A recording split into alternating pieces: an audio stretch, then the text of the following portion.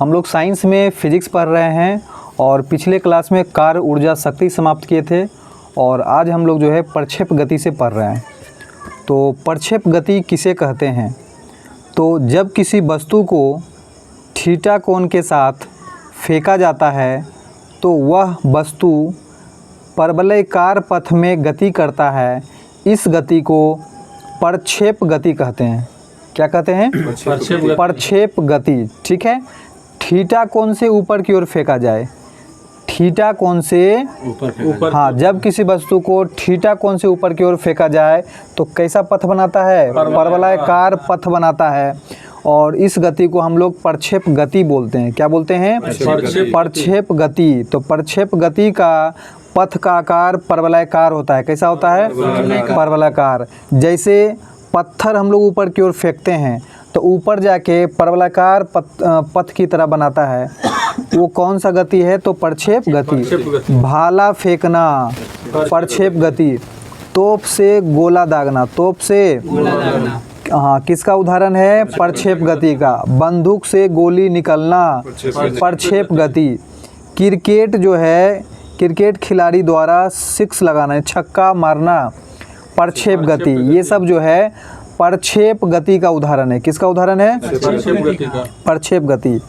यदि पेड़ पर बंदर बैठा है, पेड़ पर, और शिकारी जैसे ही गोली चलाता है तो बंदर वैसे ही पेड़ पर से कूद जाता है तो भी बंदर को गोली लगने की संभावना है।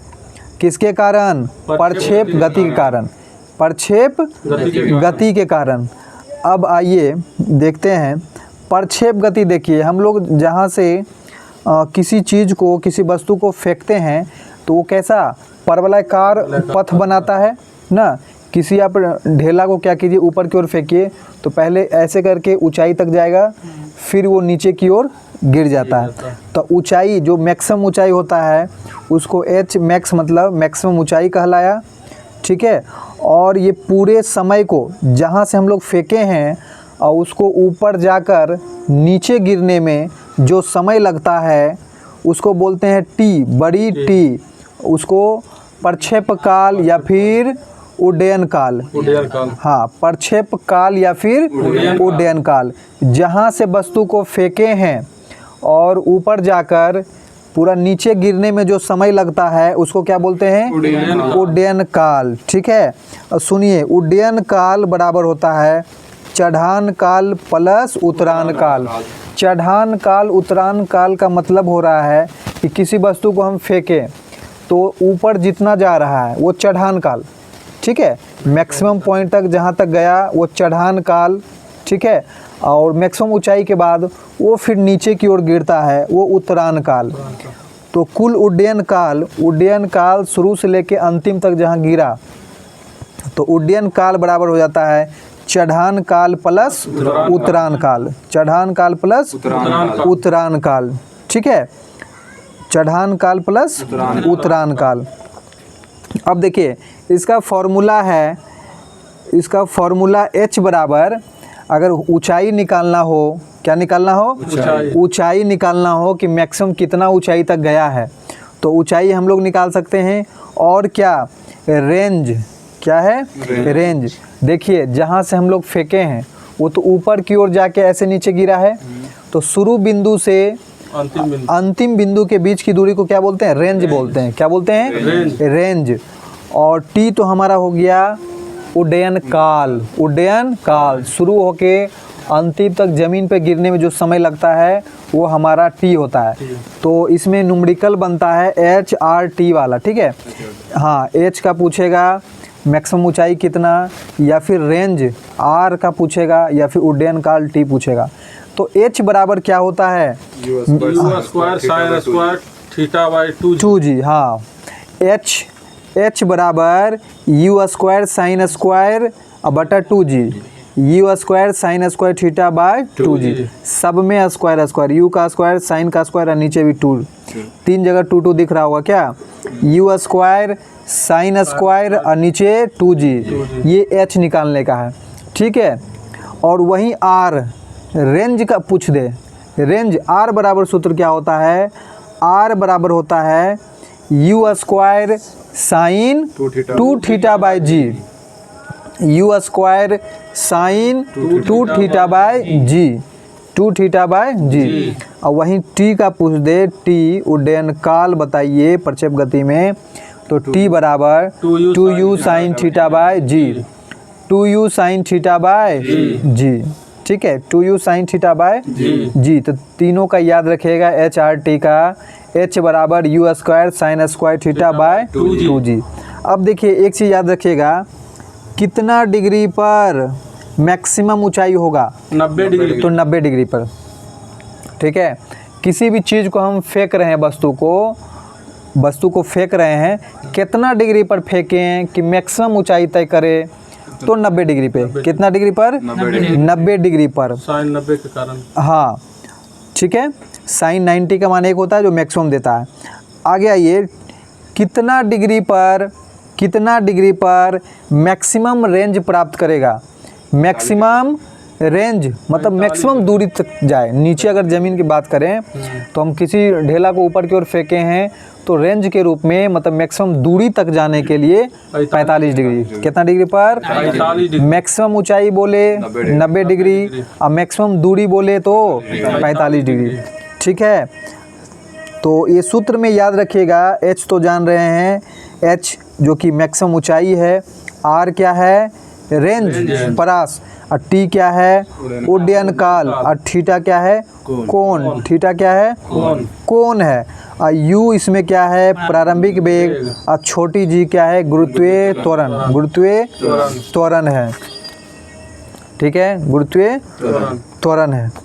उसके बाद आइए नेक्स्ट टॉपिक हम लोग का इसमें है सरल आवर्त गति। क्या है? सरल आवर्त गति, सिंपल हार्मोनिक मोशन। तो सरल आवर्त गति, सरल आवर्त गति। अब आइए, इसमें सबसे पहले आवर्त काल किसको कहते हैं? Time period. आवर्त काल किसको कहेंगे? तो आवर्त काल कहेंगे एक दोलन में जितना समय लगता है उसे आवर्त काल कहते हैं। क्या कहते हैं? तो एक दोलन में जितना समय लगता है उसे आवर्त काल। आवर्त काल मतलब समय ही है ना, आवर्त काल मतलब समय। तो एक दोलन में लगने वाले समय को आवर्त काल कहेंगे। एक दोलन में लगने वाले समय को आवर्त काल कहेंगे। क्या कहेंगे? आवृत्ति किसको कहते हैं? फ्रीक्वेंसी। आवृत्ति किसको कहेंगे? आवृत्ति मतलब बार बार दोहराना होता है ना, फ्रीक्वेंसी। तो एक सेकेंड में जितना दोलन हो, एक सेकेंड में जितना बार दोलन कर दे उसको हम लोग आवृत्ति कहेंगे। एक सेकेंड में जितना बार दोलन कर दे वो क्या कहलाएगा? आवृत्ति। हाँ, तो एक सेकेंड में दोलनों की संख्या को, एक सेकेंड में दोलनों की संख्या को आवृत्ति कहते हैं। ठीक है, आवर्त काल बोले तो एक दोलन में जितना समय लगेगा, एक दोलन में जितना समय लगेगा। देखिए बहुत दोनों आसान है। आवर्त काल मतलब समय पूछ रहा है ना, तो एक दोलन में जितना समय लगेगा। आवृत्ति मतलब जान रहे हैं फ्रीक्वेंसी बार बार बोला होता है, तो एक सेकेंड में जितना दोलन करे, एक सेकेंड में जितना दोलन करे वो आवृत्ति हो जाता है।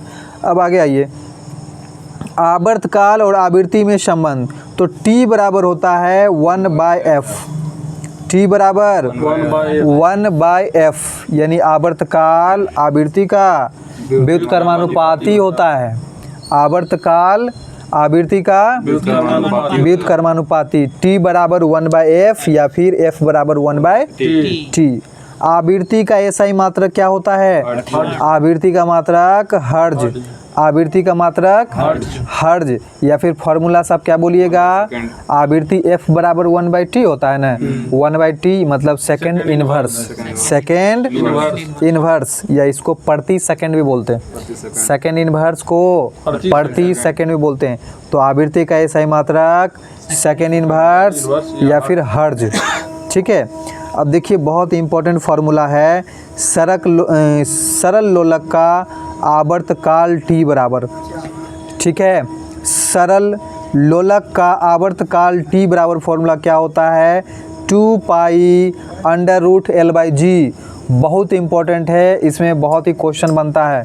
ठीक ठीक है। सरल लोलक का आवर्तकाल, सरल लोलक का आवर्तकाल टी बराबर क्या होता है? 2 पाई अंडर एल बाई हाँ under root L by g, 2 pi under root. L by g. तो सरल लोलक का आवर्तकाल टी बराबर 2 pi under root L by g, L by g. तो यहाँ पे आप देख रहे होंगे आवर्तकाल जो होता है, आवर्तकाल, आवर्तकाल लंबाई के समानुपाती, ठीक है, लंबाई के समानुपाती में है, ठीक है। अगर लंबाई बढ़ेगा तो आवर्तकाल भी बढ़ेगा। और वहीं जी की बात करें, गुरुत्वीय त्वरण का व्युत्क्रमानुपाती होता है, ठीक है। जहाँ गुरुत्वीय त्वरण घटेगा वहाँ आवर्तकाल क्या हो जाएगा? बढ़ जाएगा, ठीक है। तो सरल लोलक की लंबाई, सरल ये लोलक की लंबाई बढ़ने पर आवर्तकाल क्या हो जाएगा? बढ़ जाएगा। लोलक की लंबाई बढ़ने पर आवर्तकाल बढ़ता है और लोलक क्या हो जाएगा? सुस्त हो जाएगा। लोलक क्या हो जाएगा? सुस्त हो जाएगा। क्योंकि लोलक की लंबाई बढ़ने पर आवर्तकाल बढ़ गया, समय बढ़ गया तो धीरे धीरे चलने लगेगा ना, लोलक हो जाएगा सुस्त। लोलक क्या हो जाएगा? सुस्त हो जाएगा। सुस्त हो जाएगा, ठीक है। तो ध्यान रखना है। एक क्वेश्चन इसमें पूछता है कि सरल लोलक की लंबाई को 4 गुना कर दिया गया। क्या कर दिया गया? 4 गुना। तो आवर्तकाल क्या होगा? 2 गुना। 2 गुना, क्योंकि रूट होता है ना, टी बराबर 2 pi under root L by g. तो 4 गुना करेगा तो आवर्तकाल 2 गुना, हो जाएगा। ठीक है। अगर लोलक की लंबाई 16 गुना है तो आवर्तकाल 4 गुना हो जाएगा। 4 गुना हो जाएगा। उसके बाद देखिए लोलक की लंबाई घटाने पर, लोलक की लंबाई घटाने पर आवर्तकाल क्या हो जाएगा? घट जाएगा। हट जाएगा। लंबाई समानुपाती होता है, लंबाई समानुपाती होता तो लोलक की लंबाई घटाने पर आवर्तकाल घट जाएगा और लोलक क्या हो जाएगा? तेज हो जाएगा। लोलक तेज हो जाएगा। अंतरिक्ष में सरल लोलक का आवर्तकाल क्या होता है? अनंत होता है। अंतरिक्ष में सरल लोलक का आवर्तकाल अनंत होता है। क्यों अनंत होता है? अंतरिक्ष में गुरुत्वीय त्वरण कितना? हाँ 0 होता है। अंतरिक्ष में गुरुत्वीय त्वरण जी का मान 0, तब 1/0 तो अनंत होता है ना, 1/0 कीजिएगा क्योंकि फॉर्मूला में एल बाई जी होता है, तो ये क्या हो जाएगा? अनंत हो जाएगा। अंतरिक्ष में सरल लोलक का आवर्तकाल अनंत होता है, ठीक है। आवर्तकाल द्रव्यमान पर निर्भर नहीं करता। आवर्तकाल द्रव्यमान पर निर्भर नहीं करता। सेकेंडरी लोलक का आवर्तकाल कितना होता है? 2 सेकेंड होता है। ध्यान रखना है, सेकेंडरी लोलक का आवर्तकाल 2 सेकेंड होता है। कितना होता है? 2 सेकेंड, ठीक है। तो याद रखिएगा, अगर हम आवर्तकाल के लोलक की लंबाई बढ़ा दें तो आवर्तकाल भी क्या हो जाएगा? बढ़ जाएगा। समय लगेगा ज़्यादा और घड़ी हो जाएगा सुस्त। और ये कब होता है? गर्मियों में। कब होता है? गर्मियों में ऐसा होता है। लोलक की लंबाई अगर घटा दिया जाए तो आवर्तकाल भी क्या हो जाएगा? घट जाएगा। समय लगेगा कम और घड़ी हो जाएगा तेज। ऐसा कब होता है? ठंडियों के दिनों में होता है, ठीक है। कब होता है? ठंडी के दिनों में होता है। अब सुनिए, झूले पर बैठी लड़की अचानक खड़ी हो जाती है। झूले पर बैठी लड़की अचानक खड़ी हो जाती है तो लंबाई घट जाती है। लंबाई घट जाती है, जिससे आवर्तकाल भी क्या हो जाएगा? घट जाएगा। आवर्तकाल घट जाएगा, जिससे झूला की दोलन क्या हो जाएगा? तेज हो जाएगा, ठीक है। क्या हो जाएगा? तेज हो जाएगा, ठीक है। अब देखिए,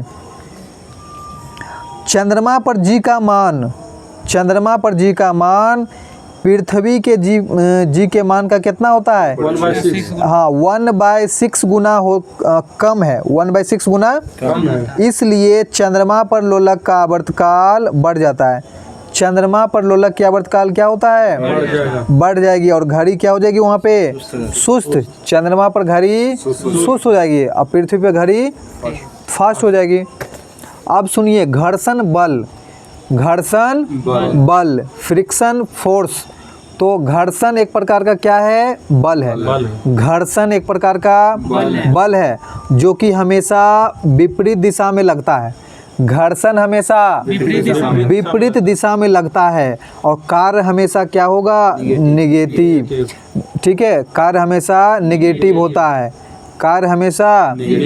और इसमें घर्षण में गति का विरोध होता है, गति का क्योंकि विपरीत दिशा में होता है। किस दिशा में होता है? विपरीत दिशा में। तो घर्षण एक प्रकार का बल है जो सदैव गति की दिशा के विपरीत, गति की दिशा के विपरीत लगता है और इसके द्वारा किया गया कार्य ऋणात्मक होता है। घर्षण द्वारा किया गया कार्य ऋणात्मक होता है। अब सुनिए, घर्षण बल कितना प्रकार के होता है? तो घर्षण बल जो है कितना प्रकार का होता है? तो घर्षण बल जो है, देखिए, पहला है स्थैतिक घर्षण। क्या है? स्थैतिक घर्षण। स्थैतिक घर्षण, स्थैतिक। और क्या है? गतिज घर्षण। क्या है? गतिज घर्षण, गतिज घर्षण। और गतिज घर्षण में एक है सर्पी घर्षण और एक है लोटनिक घर्षण। ठीक है, स्थैतिक घर्षण में एक है सीमांत घर्षण। स्थैतिक घर्षण में सीमांत घर्षण और गतिज घर्षण में सर्पी घर्षण और लोटनिक घर्षण। कुल मिलाकर 5 प्रकार का घर्षण हो जाता है। ठीक है, कौन कौन है? तो देखिए 4 प्रकार का: स्थैतिक घर्षण, सीमांत घर्षण, सर्पी घर्षण और लोटनिक घर्षण। ठीक है, मुख्य यही 4 प्रकार के हैं और इसमें घटते और बढ़ते क्रम में अरेंजमेंट के लिए भी दे देता है। तो स्थैतिक घर्षण, सीमांत घर्षण, सर्पी घर्षण और लोटनिक घर्षण। ठीक है, अब सुनिए सब घर्षण के बारे में। इसमें बताइए सबसे ज़्यादा किसमें घर्षण होगा? सबसे ज़्यादा सीमांत घर्षण, सबसे ज़्यादा सीमांत घर्षण। ठीक है, स्थैतिक घर्षण का मैक्सिमम मान ही सीमांत घर्षण होता है। स्थैतिक घर्षण का मैक्सिमम मान ही सीमांत घर्षण, यानी सीमांत घर्षण स्थैतिक घर्षण से ज़्यादा। ठीक है, और सर्पी घर्षण और लोटनिक घर्षण में कौन ज़्यादा है? सर्पी और लोटनिक में कौन है? सर्पी घर्षण। सर्पी घर्षण ज़्यादा लगेगा, सर्पी घर्षण ज़्यादा लगेगा और लोटनिक घर्षण कम। ठीक है, तो याद रखिएगा सबसे अधिक घर्षण सीमांत घर्षण, सीमांत घर्षण के बाद है स्थैतिक घर्षण, स्थैतिक घर्षण के बाद सर्पी घर्षण, सर्पी के बाद लोटनिक घर्षण। तो सबसे कम घर्षण किस में है? लोटनिक घर्षण और सबसे ज़्यादा सीमांत घर्षण। ठीक है, सबसे ज़्यादा सीमांत में। ठीक है, अब सुनिए इसका परिभाषा जानिए। स्थैतिक घर्षण किसको हम लोग कहेंगे? Static friction. Static friction. अस्थिर अवस्था वाले वस्तु में कौन सा घर्षण? स्थैतिक घर्षण। अस्थिर अवस्था वाले वस्तुओं में स्थैतिक घर्षण लगता है। कौन सा घर्षण लगता है? स्थैतिक घर्षण गति का सबसे ज़्यादा विरोध करता है। स्थैतिक घर्षण गति का सबसे ज़्यादा विरोध करता है क्योंकि वो अस्थिर अवस्था में रहता है। उसके बाद देखिए सीमांत घर्षण, लिमिटिंग फ्रिक्शन। लिमिटिंग फ्रिक्शन तो वह घर्षण बल जो किसी वस्तु को खिसकाने पर कार्य करता है।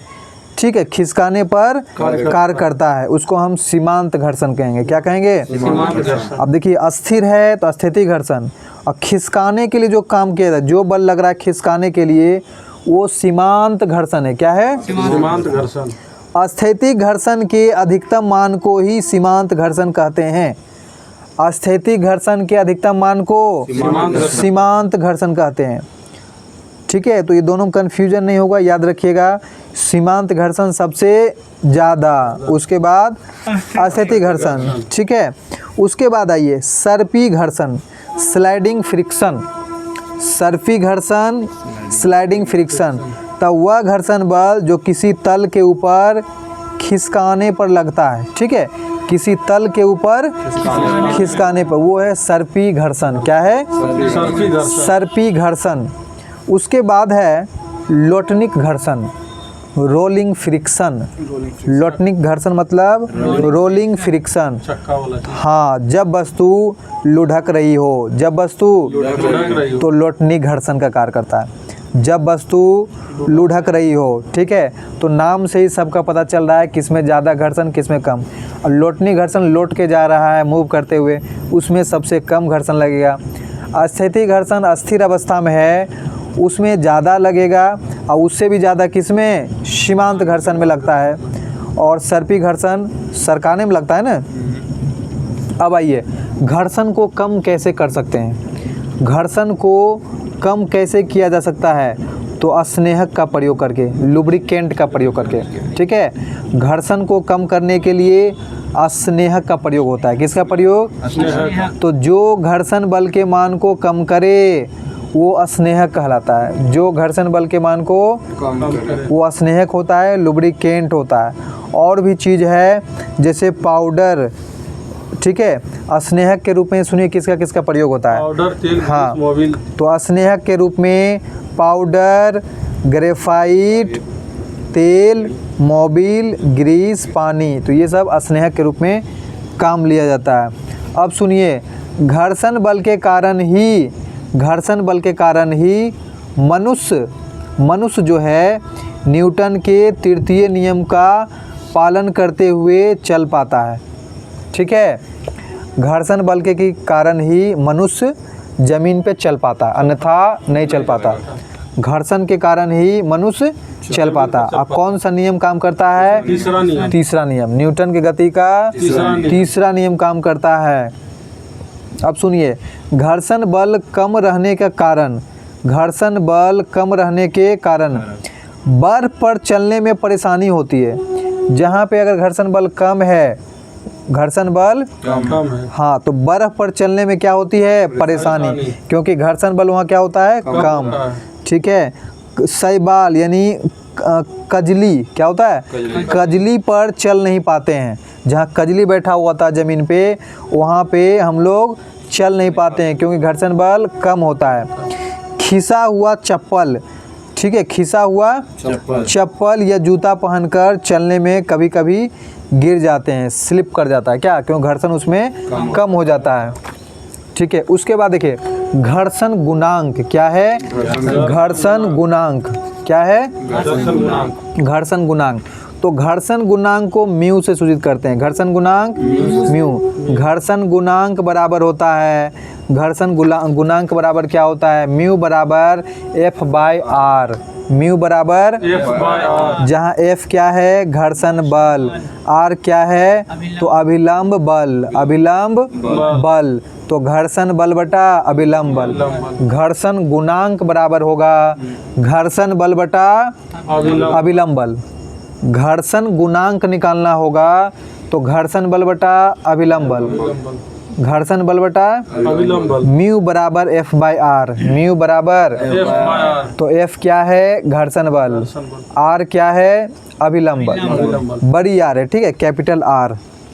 अब आगे आइए, घर्षण गुणांक का मात्रक।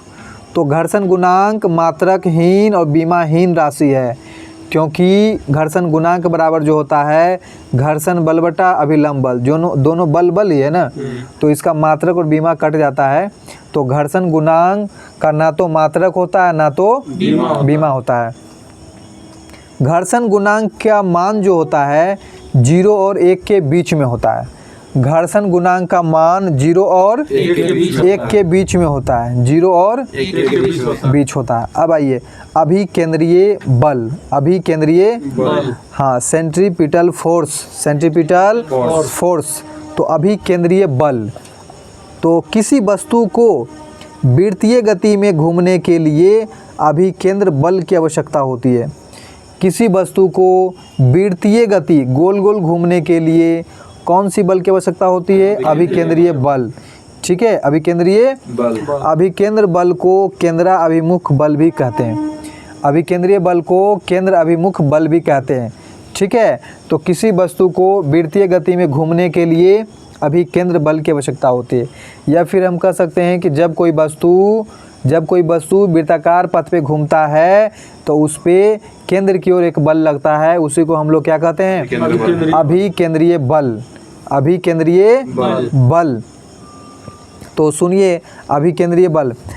रस्सी में पत्थर घुमाना, रस्सी में बांध कर जब पत्थर घुमाते हैं तो उसमें कौन सा बल लगता है? अभिकेंद्रीय बल। अभिकेंद्रीय बल। ठीक है, अभिकेंद्रीय बल। पृथ्वी का सूरज के चारों ओर घूमना, सुनिए, पृथ्वी का सूरज के चारों ओर घूमना, तो चारों ओर घूम रहा है अभिकेंद्रीय बल, तो वो भी कौन सा अभिकेंद्रीय बल? तो गुरुत्वाकर्षण बल। ठीक है, कौन सा अभिकेंद्रीय बल? गुरुत्वाकर्षण बल। तो कोई भी वस्तु अगर गोल गोल घूम रहा है और बीच में उसका बल लग रहा है, केंद्र की ओर बल लग रहा है, तो सारा अभिकेंद्रीय बल ही है। बट पृथ्वी का सूरज के चारों ओर घूमना, कौन सा अभिकेंद्रीय बल? तो गुरुत्वाकर्षण अभिकेंद्रीय बल बोलेंगे। इलेक्ट्रॉन का नाभिक के चारों ओर घूमना, तो ये भी गोल गोल घूम रहा है, अभिकेंद्रीय बल। तो कौन सा अभिकेंद्रीय बल? नाभिकीय बल। ठीक है, नाभिकीय। वाहन का मोड़ पर मुड़ना, वाहन का मोड़ पर मुड़ना, वो भी अभिकेंद्रीय बल, लेकिन कौन सा अभिकेंद्रीय? घर्षण बल। कौन सा अभिकेंद्रीय है? घर्षण बल। रस्सी में पत्थर घुमाना, वो भी अभिकेंद्रीय बल, कौन सा अभिकेंद्रीय बल? तनन बल। कौन सा बल? तनन बल है। ठीक है, अब आगे आइए, अभिकेंद्रीय बल का सूत्र याद रखिएगा। अभिकेंद्रीय बल F बराबर mv² बटा r। mv² बटा r। अभिकेंद्रीय बल F बराबर mv² बटा r। mv² बटा r, जहाँ m क्या है? मात्रा। m क्या है? अभी वेग। v क्या है? और r क्या है? त्रिज्या। r क्या है? त्रिज्या। r त्रिज्या। कोई गोल गोल घूम रहा है तो उसके केंद्र से बाहर की दूरी वो त्रिज्या। ठीक है, तो F बराबर mv² by r। mv² by r। F बराबर ma होता है। F बराबर क्या होता है? तो ma बराबर mv² बटा r। m कट जाएगा, यानी a बराबर v² बटा r। यहाँ पे निकल गया अभिकेंद्रीय त्वरण। अभिकेंद्रीय त्वरण, तो अभिकेंद्रीय त्वरण a बराबर v² बटा r। अभिकेंद्रीय त्वरण a बराबर v² बटा r। अभिकेंद्रीय बल F बराबर mv² बाय r। ठीक है, mv² बाय r। मतलब बल पूछे तो m लगाकर और त्वरण पूछे तो m हटाकर। ठीक है, उसके बाद देखिए, एक होता है अपकेंद्रीय बल, सेंट्रीफ्यूगल फोर्स। सेंट्रीफ्यूगल फोर्स, अपकेंद्रीय बल, सेंट्रीफ्यूगल फोर्स। तो अपकेंद्रीय बल जो होता है, अपकेंद्रीय बल वैसा बल जो केंद्र के बाहर की ओर लगता है, केंद्र के बाहर की ओर लगता है, उसको बोलते हैं अपकेंद्रीय बल।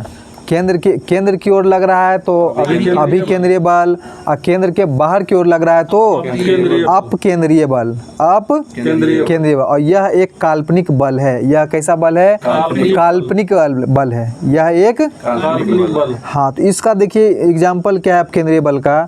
वॉशिंग मशीन जो काम करता है किस सिद्धांत पे? अपकेंद्रीय बल के सिद्धांत पे काम करता है। अपकेंद्रीय दूध से मक्खन निकालना अपकेंद्रीय बल के सिद्धांत पे काम करता है। दूध से मक्खन निकालने के बाद दूध का घनत्व क्या होता है? बढ़ जाता है। दूध का घनत्व बढ़ जाता, दूध का घनत्व बढ़ जाता है। तो आज के लिए हम लोग इस टॉपिक को इतना ही रखते हैं। अगले क्लास में हम लोग दाब, प्रेशर से शुरू करेंगे।